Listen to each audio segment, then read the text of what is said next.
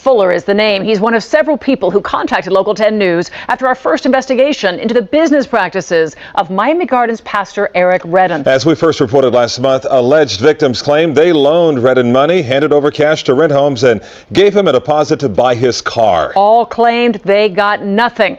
The drive-by should have been routine. Edward Fuller had taken this route dozens of times before, past the property where he'd poured years of work and every dollar he could spare. But on this particular afternoon, something stopped him cold. There were people inside, strangers, moving furniture, living in what he still believed was his future. He pulled over, searched the public records online, and that's when the world tilted. His retirement home, the one he'd been building for nearly a decade, had been sold for $380,000, and he hadn't received a single cent. Worse, he never even knew it was for sale. If this kind of story matters to you, make sure to like this video and subscribe to the Scam Anatomy, because what happened to Edward Fuller can happen to anyone holding a deed and a promise. Edward Fuller wasn't reckless. He wasn't chasing wealth or cutting corners. He had worked for the United States Postal Service for 35 years. He saved carefully. He planned ahead. Years before retirement, he bought a piece of undeveloped land in North Miami, not as an investment flip, not to rent out. This was going to be his home, the place he'd live out his years, the asset he'd eventually pass to his daughters. By the time he retired, the exterior was standing: walls, roof, windows, doors.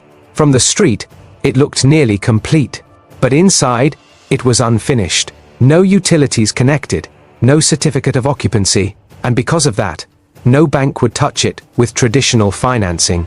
He was stuck in the gap between almost done and move-in ready. He had too much invested to walk away. The finish line was close enough to see, but just out of reach. That gap is where the vulnerability lived. It was July 2015. Fuller was at the property when a man arrived, a woman beside him. The man introduced himself as Pastor Eric Dion Redden. The woman was his wife, Lakesha. Fuller had never met them before, but Redden didn't feel like a stranger. He said he was connected to New Beginning Missionary Baptist Church. And then he said something that stopped the conversation. He'd heard from someone at the Miami-Dade permit office that Fuller had been working on this house for a long time.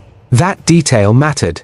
It framed everything that followed. Redden wasn't some random contractor canvassing the block. He seemed informed, plugged in, and he came with an offer. He could help Fuller finish the house. For someone who'd spent years chasing completion, it felt like an answer. And it came from the right kind of person, a pastor with community ties who already seemed to understand the situation. Fuller didn't know what that offer would actually cost. According to prosecutors, Redden's plan required a $15,000 fee to secure the private financing, but there was a condition. The lender, Redden explained, would only provide the funds if Redden himself held 50% ownership of the property. It was temporary, he assured Fuller. Once construction wrapped up, Fuller could refinance, pay off the loan and Redden's fee, and Redden would transfer full ownership back. It sounded like a detour with a clear exit ramp. Fuller signed. On paper, half the property now belonged to Project Youth Outreach Unlimited, New Beginning Multi-Purpose Community Center Inc., an entity tied to Redden's church or non-profit, according to court records. The promise to return ownership? That wasn't in the deed. The deed only showed who owned it now. And now, Edward Fuller owned half of what he'd built. The financing moved forward, but it didn't stay contained. Redden came back. The loan wasn't covering everything, he said. Construction costs were running over. More money was needed. Following Redden's directions, Fuller opened credit cards. First Savings, Capital One, Lowe's, Home Depot. Court records indicate Redden used those cards, running transactions through a reader on his phone, telling Fuller the charges were for construction materials. Fuller was now carrying thousands in credit card debt. The house still wasn't finished, and the risk had spread from the property itself into Fuller's personal credit, into revolving accounts tied to hardware stores and building suppliers. The goal was still the house, but the cost kept multiplying. Then Redden returned with a bigger idea. Construction expenses were higher than expected, he explained. Fuller should use his VA loan benefit, earned through Federal Service, to purchase another property Redden owned. The proceeds from that transaction, Redden allegedly said, would pay off the credit cards and fund the final work on the dream home. But first, Fuller would need to sign over his remaining 50% of the original property to Redden. Fuller signed. The deed was recorded in November 2015. Then, in December, Fuller obtained a $180,000 VA loan and purchased the second property, one that had previously belonged to Redden. Redden allegedly arranged for a woman to rent that house. According to court records, Fuller never saw the rental income, but he was paying the mortgage every month. Now Fuller had credit card debt, a VA loan, and a monthly mortgage payment on a house he didn't live in and wasn't collecting rent from. Both properties were in Redden's orbit. Fuller's name was slipping off the paperwork. The house still wasn't done. This is the part of the story where things start to feel irreversible. If you want to understand how financial control gets transferred without force, stay with us. And if this type of investigation resonates with you, make sure you're subscribed to the Scam Anatomy. We're building a library of cases that reveal how trust becomes leverage. In April 2016, Fuller transferred full ownership of both properties. The original Northwest 19th Avenue home went entirely to Redden's non-profit entity. The second property, the one purchased with Fuller's VA loan, went to Lakeisha Redden. According to court records, Fuller made both transfers because he still believed the promise. Every document had been framed as temporary. Every signature had been positioned as a step toward getting the original house back. But now, on paper, both properties had moved completely out of Fuller's name. He was still waiting. Then Fuller started asking questions. He wanted to see documentation. He wanted proof the construction funds had actually been spent on finishing the house. He wanted to know when title would be returned. According to court records, Redden was sitting in Fuller's vehicle when the confrontation happened. He didn't provide documents. He screamed. Then he struck the dashboard hard enough to crack it. No paperwork followed. No explanation. Just rage where answers should have been. That moment changed something. The relationship was no longer pastor and parishioner, helper and homeowner. It had become something else entirely. Fuller had signed deeds based on trust.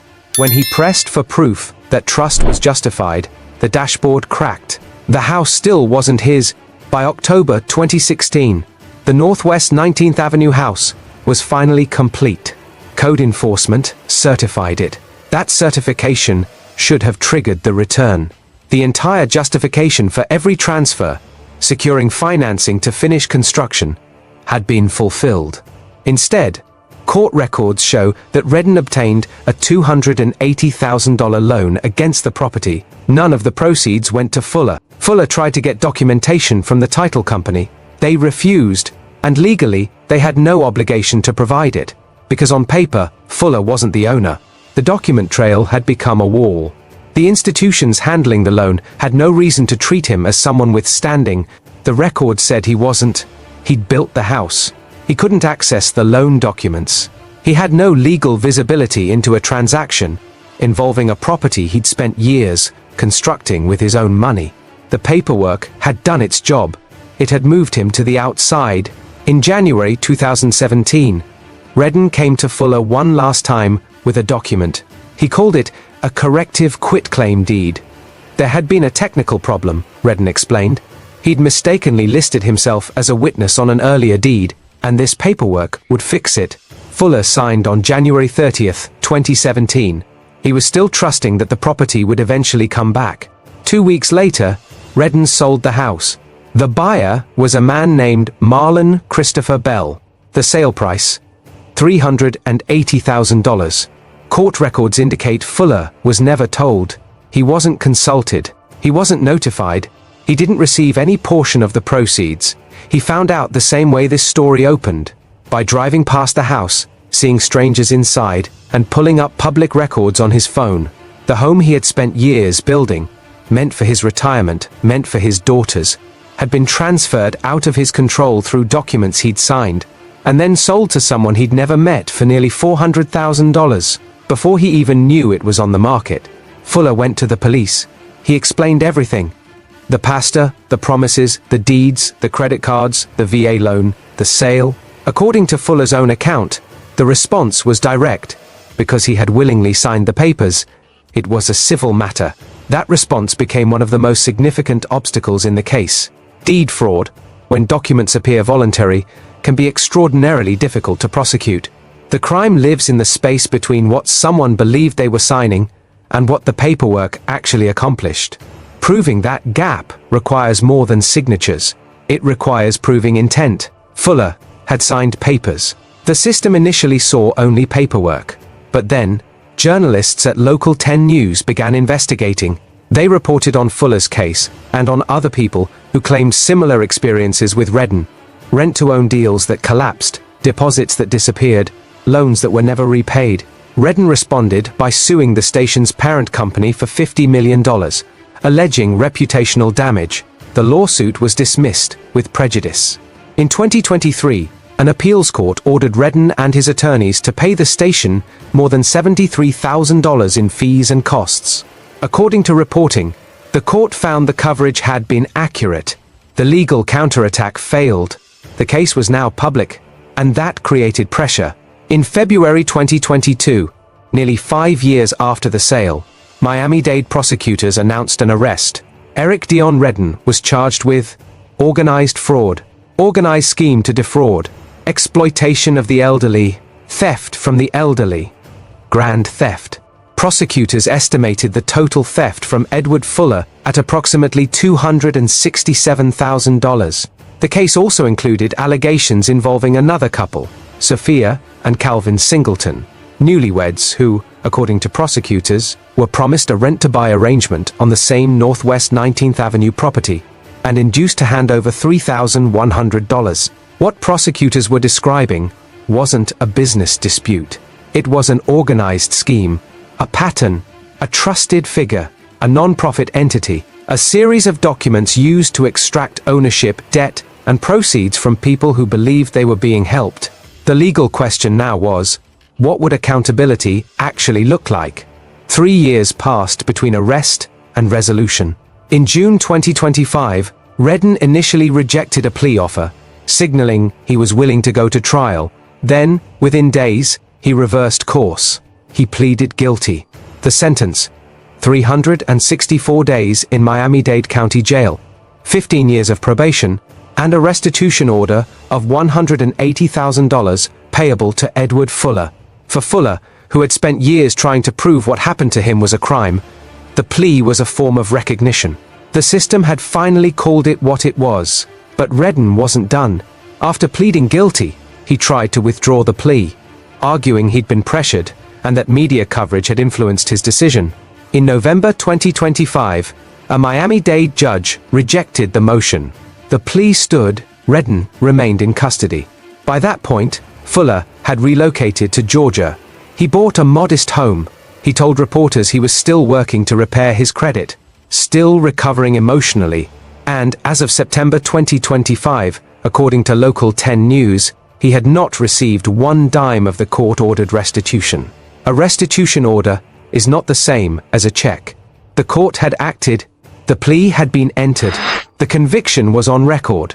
But Edward Fuller, the man who worked 35 years for the Postal Service, who saved carefully, who built a home with his own hands for a future he thought was secure, was still waiting. The paperwork had taken his house.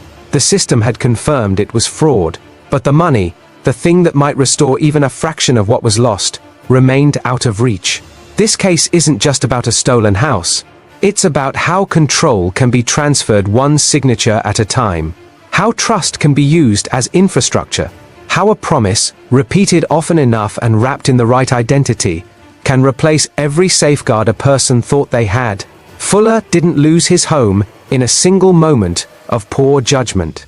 He lost it across months of small decisions, each one framed as temporary, each one pushing him further from the exit he kept being told was just ahead. And the cost wasn't just financial, it was time.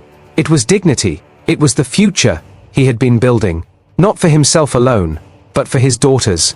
The truth is, most people don't lose everything all at once. They lose it in pieces, through pressure that feels like help, through urgency that feels like opportunity, through trust that feels earned. And by the time the picture becomes clear, the paperwork has already moved. If this story revealed something you hadn't considered before, about how deeds work, how promises can be structured to deceive, or how institutions sometimes mistake documentation for truth, then it did what it was meant to do. This is the Scam Anatomy. We don't just tell you what happened. We show you how it unfolded, step by step, so you can recognize the shape of it before it's too late. There are more cases like this, more patterns, more warning signs hidden in plain sight. Subscribe, and we'll keep uncovering them together.